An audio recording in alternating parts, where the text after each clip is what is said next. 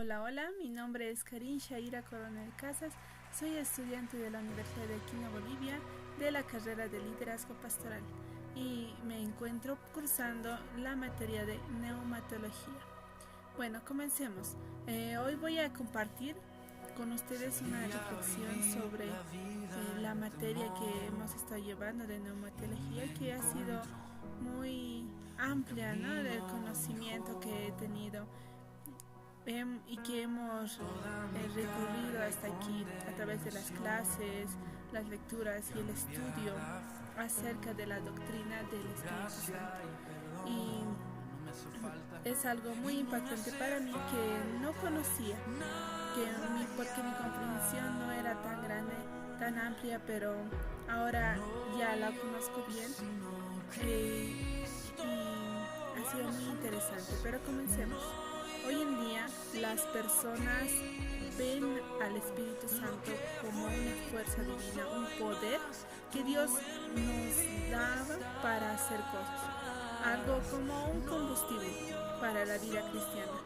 Pero al estudiar a lo más profundo de las Escrituras, guiándonos con la teología, la historia de la iglesia, hemos derribado que esa visión tan pobre. Lo que he descubierto es que el Espíritu Santo no es un qué, sino un quién. No es un poder que usamos, sino una persona a quien nosotros estamos adorando. No es un viento que pasa, sino el aliento mismo de Dios que nos da la vida. Él nos sostiene, nos transforma a la vida del creyente y nos asegura nuestra herencia eterna. Bueno, vamos a continuar con este recorrido de reflexión, ¿no? ¿Cómo ha llegado a la conclusión de esto? El Espíritu Santo, en perfecta unidad con el Padre y el Hijo, es el gran agente de gracia divina, que Él sostiene la creación, revela la verdad, resucita al pecador, lo transforma a la imagen de Cristo y edifica la iglesia como comunidad del pacto. Y todo esto es para la gloria de Dios. Bueno, continuamos. El primer gran aprendizaje que tuve fue aprender quién es realmente el Espíritu Santo. Y esto fue un cambio de paradigma para mí. Creí que escuchando que el Espíritu Santo es la tercera persona de la Trinidad, pero esa frase repetida tantas veces puede volverse vacía. Este semestre, al profundizar más las escrituras y en los teólogos que también hemos estudiado, comprendí lo que realmente significa. El Espíritu Santo es una persona real, no es una fuerza anónima, ni tampoco una energía cósmica, es un ser con intelecto, voluntad y emociones. Pablo dice en 1 Corintios 2:10, el Espíritu todo lo escudriña, aún lo profundo de Dios. Eso no lo hace una fuerza ciega, eso lo hace un ser con conocimiento perfecto, omnisciente. También aprendí que el Espíritu tiene voluntad propia. Cuando Pablo nos está diciendo que el Espíritu reparte dones como quiere, está afirmando que el Espíritu toma decisiones soberanas, no es un autómata divino que obedece órdenes, es una persona que elige, que dirige y que prohíbe y que permite. Pero quizás lo que más me impactó fue que el Espíritu tiene emociones. Pablo nos dice otra nos dice, no contestéis al Espíritu de Dios. Y el profeta Isaías dice que Israel hizo enojar al Santo Espíritu. Eso nos dice en el libro de Isaías, ¿no? Una fuerza no se entristece, una energía no se enoja. Solo una persona con capacidad efectiva profunda puede ser contristada o enojada. Y aquí viene el segundo gran aprendizaje.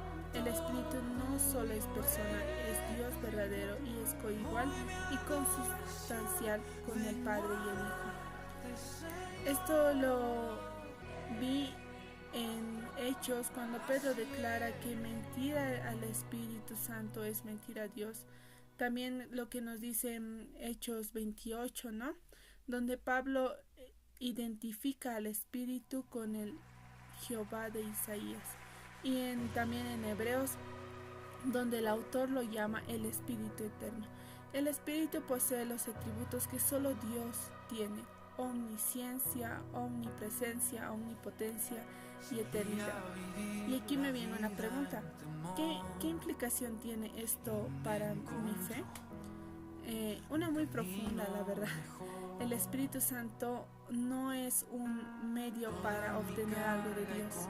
Él mismo es Dios. No lo usamos, lo adoramos, no lo invocamos como poder. Nos sometemos a Él como Señor.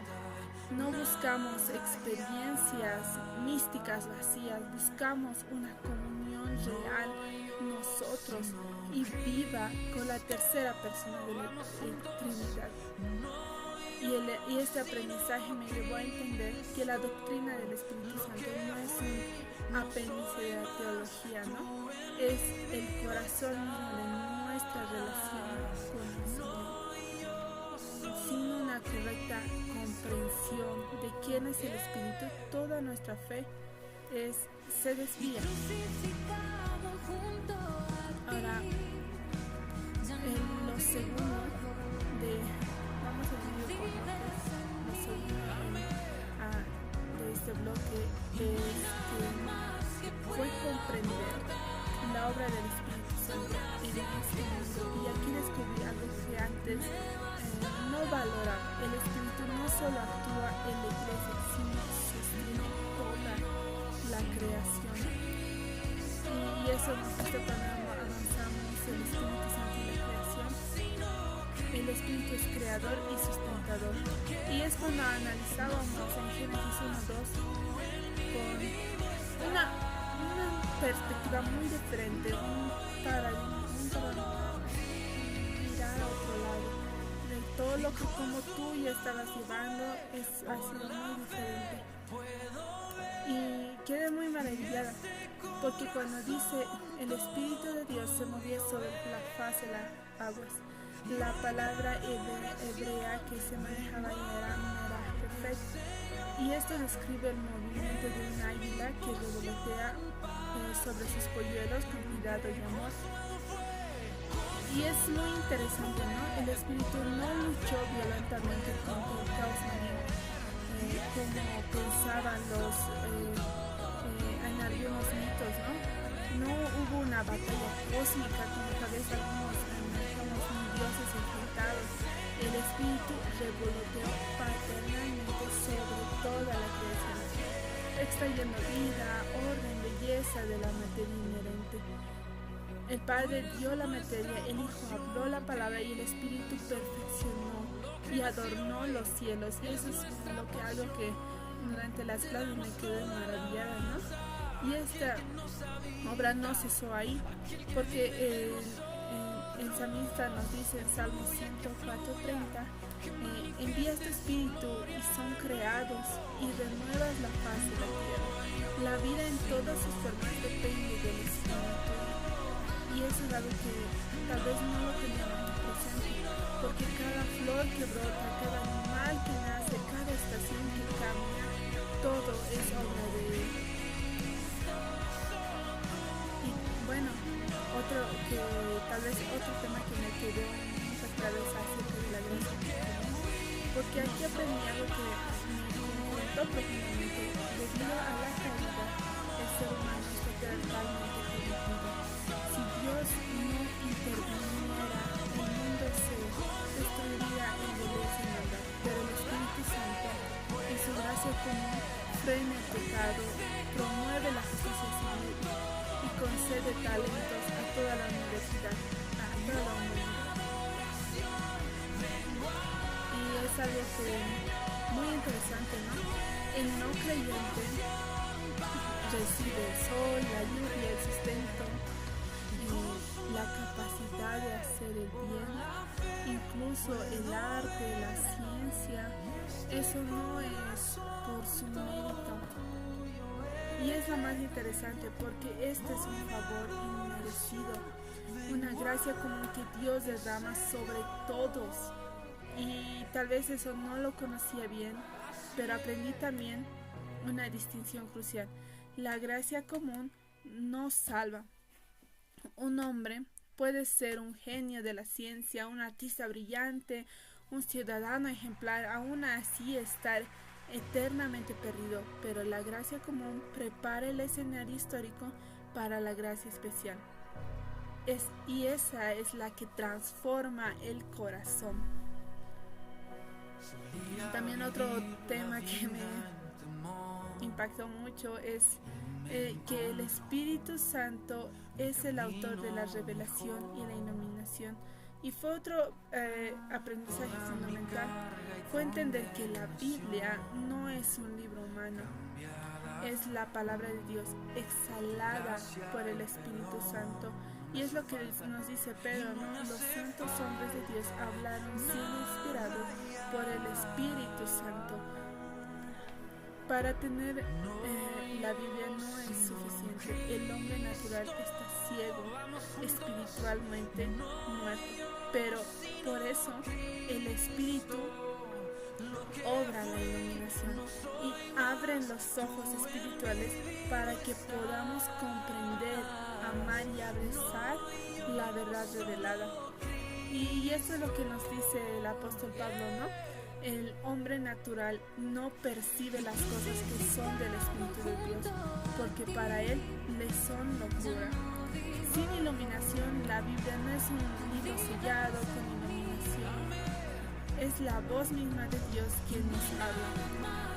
Y este enfoque me enseñó que el Espíritu no es un Dios que se queda en el cielo, sino que está activo en la historia, sosteniendo el mundo, derramando bendiciones sobre justos e injustos y revelando su voluntad a través de las Escrituras.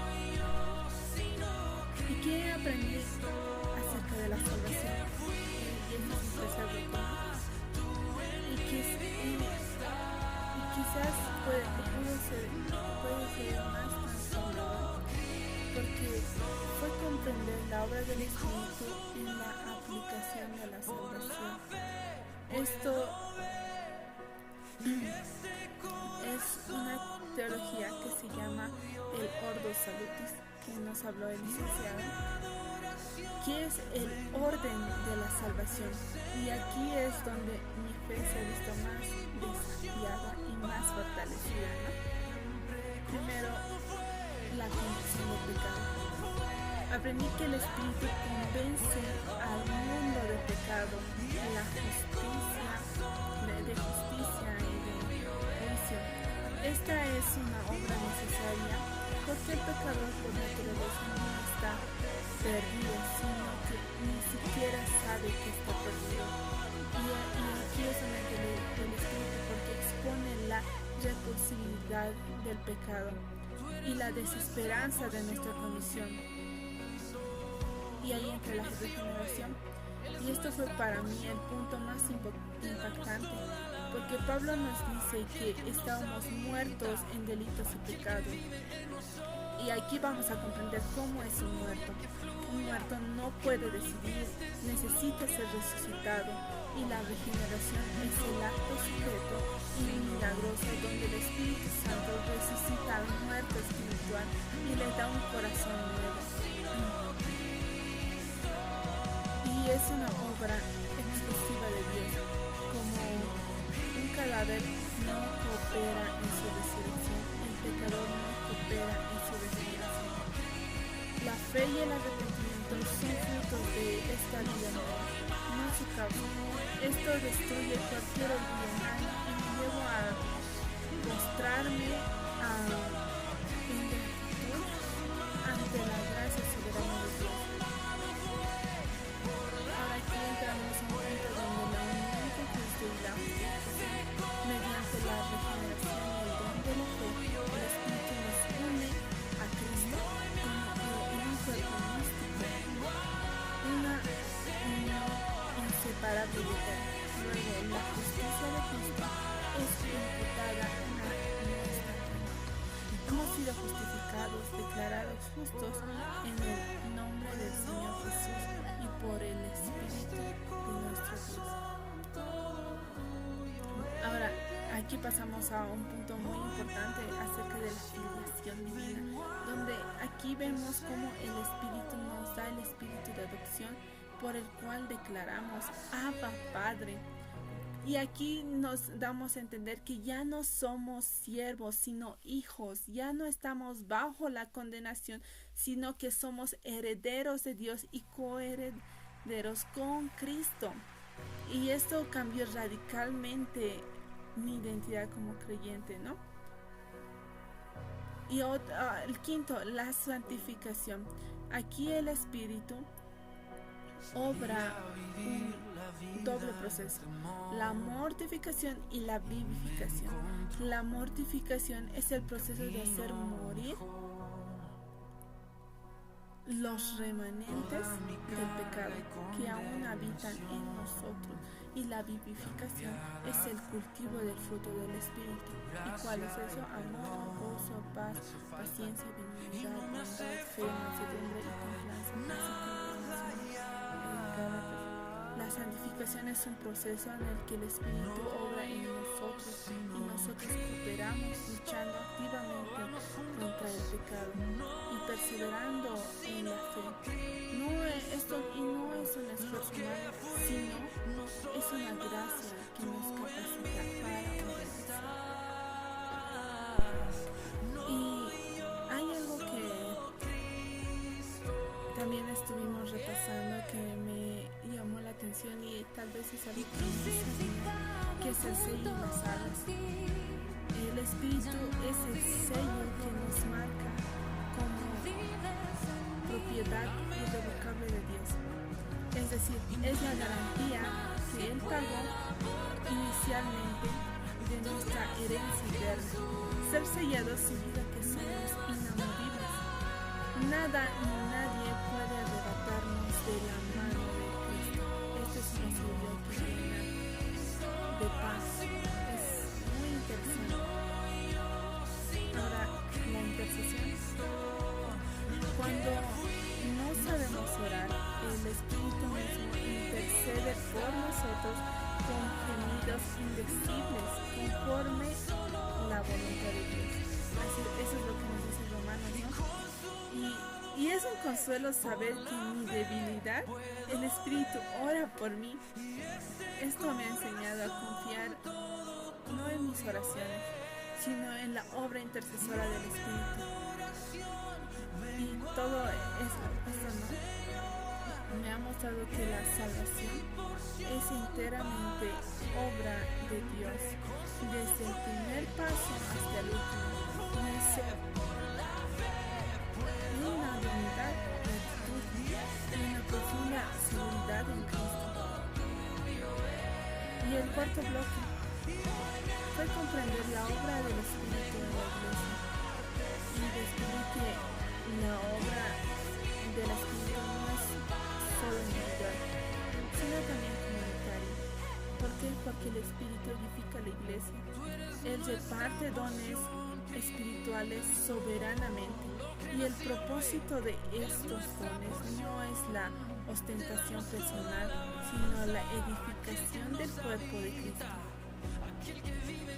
Y vemos algo, tal vez que las lenguas, las profecías, la enseñanza, el servicio, la administración, todo debe ser orientado al bien común y sobre todo a la edificación de la Iglesia. ¿Por qué? Pablo insiste en que sin amor los dones no son así como nos dicen. Y eso me ha hecho reflexionar sobre cómo son mis dones. Y ahí es tal vez una reflexión personal y tal vez para todos, para servir o para servir. Todos estos dones. También otro que tenemos que entender es que el Espíritu guía la Iglesia. Y en Hechos los apóstoles decían, ¿no? Porque ha parecido bien al Espíritu Santo y a nosotros. Y el Espíritu preside los concilios de la Iglesia y guía a los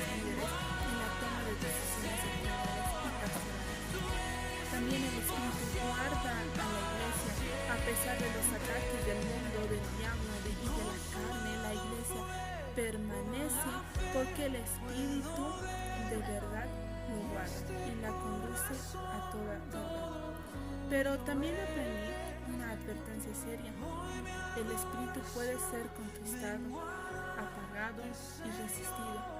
La responsabilidad humana no anula la soberanía divina, más bien la soberanía divina establece la responsabilidad humana como el medio para alcanzar los fines de Dios.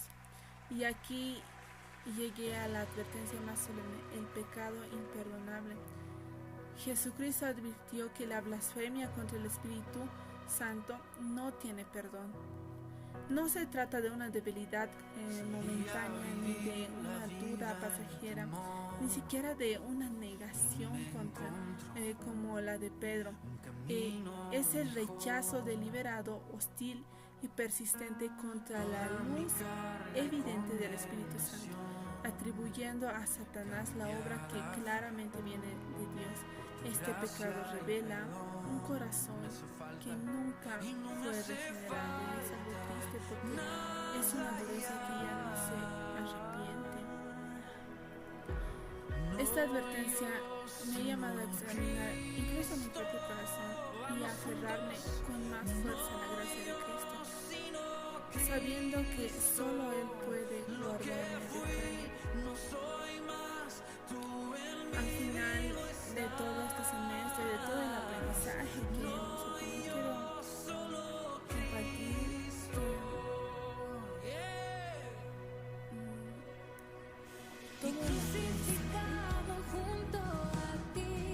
todo lo que he aprendido a conocer a Dios de una manera más profunda. El Espíritu Santo no es un extraño, es el corazón mismo de la comunión. Conocerlo es conocer al Padre y al Hijo, y eso me ha transformado mi adoración, mi oración, incluso mi vida diaria, ¿no? Y en segundo lugar, he aprendido a confiar no en mí mismo, sino en la gracia de Dios, porque la regeneración es un acto soberano del Espíritu. Mi salvación no depende de mi decisión, sino de la obra de Dios en mí. Eso me ha llenado de unidad y de paz. Y otra cosa que aprendí fue que la vida cristiana no es un esfuerzo solitario. El Espíritu mora en mí, me guía, me santifica, intercede por mí y me asegura que mi herencia eterna. No estoy solo en este camino. En la iglesia, el cuerpo de Cristo es el lugar donde esta obra se hace visible y se edifica mutuamente. También he aprendido la importancia de vivir en responsabilidad. La gracia no me excusa de la obediencia, la gracia me capacita para obedecer, y es algo que tal vez muchas personas no lo tenemos en claro. El Espíritu puede ser conquistado, apagado y resistido, pero por eso mi llamado es a caminar con el Espíritu, a no dar lugar al pecado y a perseverar hasta el fin. También aprendí a vivir con esperanza, ¿no? El Espíritu es las arras, el pago inicial de mi herencia eterna. Esto significa que lo mejor está por venir. La gloria que nos espera es inconmensurablemente mayor que cualquier sufrimiento presente. Y quiero cerrar este video con las palabras del apóstol Pablo, que ahora resuenan en mi corazón con profundidad. Lo que dice en 2 Corintios 13:14: la gracia del Señor Jesucristo y el amor de Dios y la comunión del Espíritu Santo sean con nosotros. Y esta es la bendición que me interesa que nos sostiene, que el Espíritu Santo, el gran agente de la relación, nos une cada día más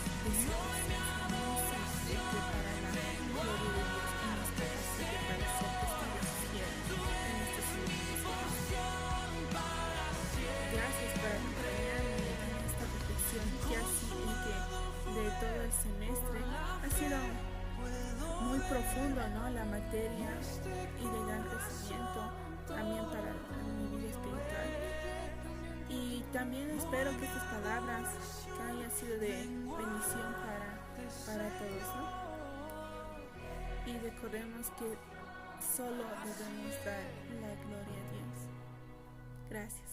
Adiós.